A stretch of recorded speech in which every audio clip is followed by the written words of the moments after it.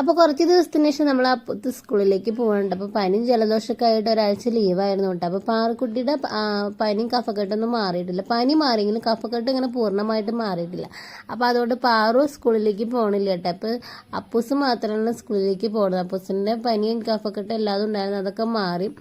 അപ്പോൾ ദപ്പൂസിൻ്റെ നല്ല സുന്ദരിയായിട്ട് ദപ്പൂസ് സ്കൂളിലേക്ക് പോകാനുണ്ട്. അപ്പോൾ ഒരുക്കങ്ങളെല്ലാം കഴിഞ്ഞ് അപ്പോൾ അപ്പൂസിൻ്റെ സ്കൂളിലേക്ക് സ്നാക്സ് ക്രീം ബണ്ണും മതി എന്ന് പറഞ്ഞു. അപ്പോൾ ഒരു പീസ് വെച്ച് കൊടുത്തതാണ്. പക്ഷെ ഞാൻ 2 പീസും കൂടി വെച്ച് കൊടുത്തു, കാരണം അവരെല്ലാവരും മക്കളെല്ലാവരും ഷെയർ ചെയ്തിട്ടാണ് കഴിക്കാറ്. അപ്പോൾ എന്ത് വെക്കുമ്പോഴും നമ്മൾ കുറച്ച് കൂടുതൽ വെച്ച് കൊടുക്കാറുണ്ട്. കാരണം അപ്പോൾ സ്കൂളിൽ ഇട്ട് വന്ന് പറയാറുണ്ട്, അമ്മ എനിക്ക് കിട്ടിയിട്ടില്ല അമ്മ പറയും. അപ്പോൾ പിന്നെ എന്താണെങ്കിലും നമ്മൾ അത് ഇച്ചിരി കൂടുതൽ വെച്ച് കൊടുക്കാറുണ്ട്. അപ്പോൾ ഉരുളക്കിഴങ്ങിൻ്റെ ഉപ്പേരിയാണ് കേട്ടോ വെച്ച് കൊടുത്തിട്ടുണ്ടായിരുന്നു.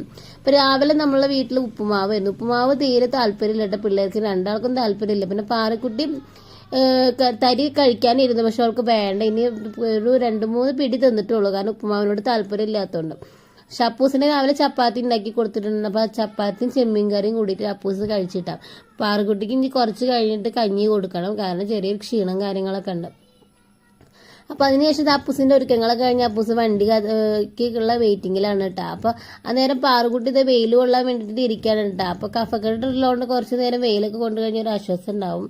അപ്പോൾ അത് അപ്പൂസിൻ്റെ വണ്ടി വരാൻ സമയമായിട്ടുണ്ട്. അപ്പോൾ മേമയും മോനും കൂടിയിട്ടാണ് അപ്പൂസിനെ സ്കൂളിലേക്ക് പറഞ്ഞയക്കാൻ പോണത് കേട്ടോ.